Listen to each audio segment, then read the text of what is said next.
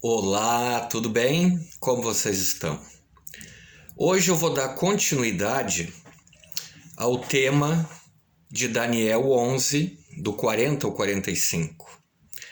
Nós já publicamos 2 vídeos sobre este assunto e agora vamos para a parte 3, né? Daniel 11:40 diz: "E as inundará." Isto descreve águas que são símbolos de soldados de seu exército. Diz também: "E passará adiante pelas terras do ateísmo para vencê-lo." Mas qual será a maior vitória do papado? Daniel 11:41 diz: "Entrará também na terra gloriosa." No passado, a terra gloriosa era a Palestina, porque lá se manifestava o Shekinah, a presença do Senhor. Depois da cruz, os elementos geográficos e étnicos se perderam, porque o povo de Deus agora é universal. O povo de Deus está espalhado em todo o planeta Terra. Portanto, terra gloriosa é um símbolo que se refere ao povo de Deus dos últimos dias.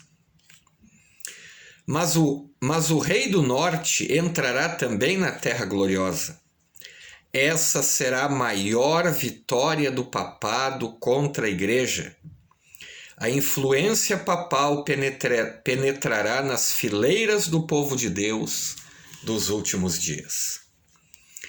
Nós sabemos que a Igreja Romana ela tem grande influência no mundo, mas ela também conseguirá êxito entrando no meio do povo de Deus. Muitos sucumbirão, diz o texto de Daniel. Isto fala de uma queda espiritual. Haverá uma sacudidura e muitos ficarão pelo caminho. Muitos guardadores do sábado vão abandonar a fé e apostatar. Mas por que vão abandonar a fé? Porque não estavam firmemente alicerçados em Jesus. Tinham uma fé superficial. E com as perseguições, com os decretos, eles vão apostatar. Muitos não suportarão a ameaça de morte, por amor à sua vida desistem.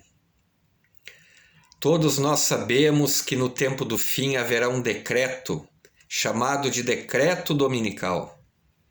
Aqueles que não se submeterem a esse decreto serão perseguidos, presos e mortos. Então muitos irão abandonar a fé. O texto bíblico diz também: "Mas do seu poder, do poder do rei do norte, escaparão estes, Edom, Moabe e Amon." Vamos ler um texto bíblico que vai nos ajudar a entender melhor. Jeremias 48, verso 47, ele diz assim, 48, verso 47. "Contudo, mudarei a sorte de Moabe.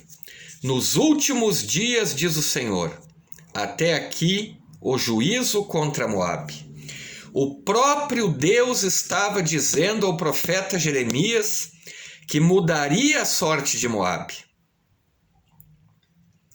Vamos ver agora também mais 2 textos no mesmo livro de Jeremias, 49, 6 e 39. "Mas depois disso mudarei a sorte dos filhos de Amon."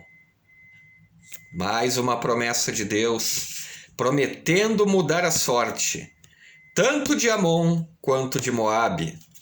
Vamos ver agora o verso 39. "Nos últimos dias mudarei a sorte de Elão, diz o Senhor." Então, tudo o que a profecia estava descrevendo e está descrevendo estava já profetizado no livro do profeta Jeremias. Estes povos não existem mais, por isso podemos descartar a interpretação literal desses textos. Eles representam os inimigos de Deus, que se converterão dentre os ímpios. Não esqueça que Deus fez um convite em Apocalipse 18:4, dizendo: sai dela, povo meu. Muitos hoje que estão no caminho do Senhor vão apostatar, e muitos que estão nas fileiras do inimigo virão para o povo de Deus. Edom representa os inimigos que se convertem. Moabe representa os ímpios que escolhem a família dos judeus espirituais, ou seja, o povo verdadeiro de Deus, que guarda os mandamentos de Deus e tem o testemunho de Jesus. Amon representa as tribos pagãs que se unem às tribos de Israel espiritual. Hoje não existe mais o Israel, o país sim, mas não aquele privilégio que Israel tinha até a morte de Cristo na cruz. Então, eles se unirão ao Israel espiritual, o povo de Deus nos últimos dias. Terra gloriosa simboliza Israel espiritual. O texto diz que estenderá a mão contra as terras.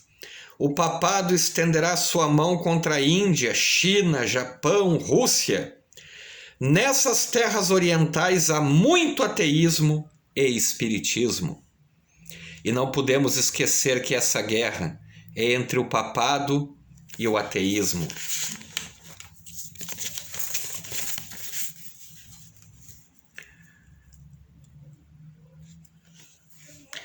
E a terra do Egito não escapará. O comunismo ateu foi derrubado desde o Papa João Paulo II. Unido ao presidente dos Estados Unidos com a queda do Muro de Berlim em 1987. O ateísmo não poderá durar muito tempo.